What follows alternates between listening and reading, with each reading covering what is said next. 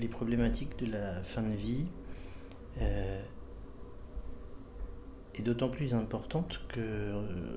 on a tendance aujourd'hui à, comment dirais-je, à entendre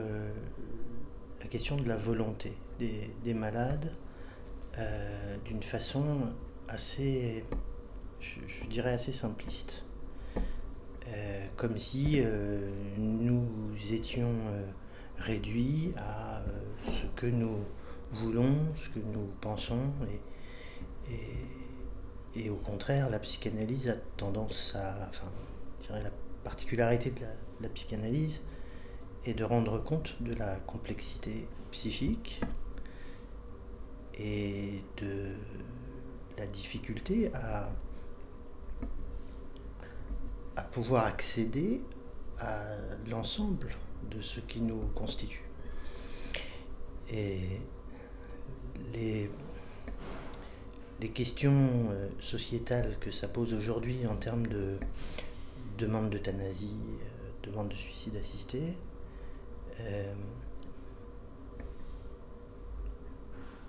sont directement prises dans cette nécessité, il me semble, d'entendre au-delà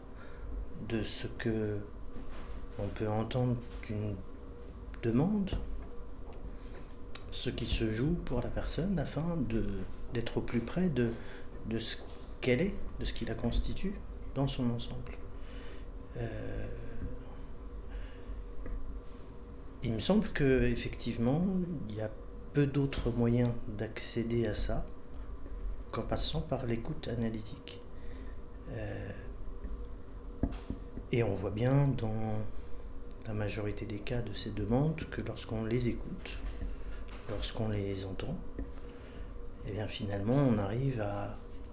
comprendre des choses bien plus complexes, bien plus ambivalentes.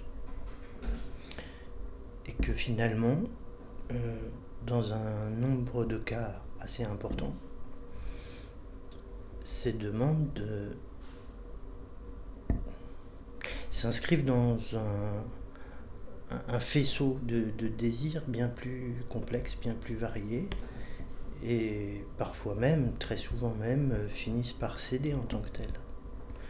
Si tant est évidemment qu'on apporte à ces personnes des soins adaptés, notamment en ce qui concerne leur confort d'une façon générale.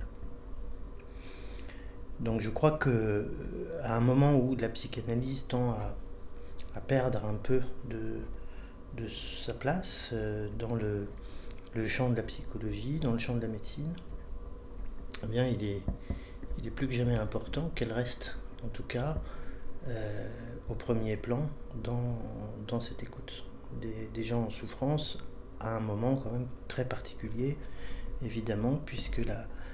la question de leur sentiment de désespoir est à son comble.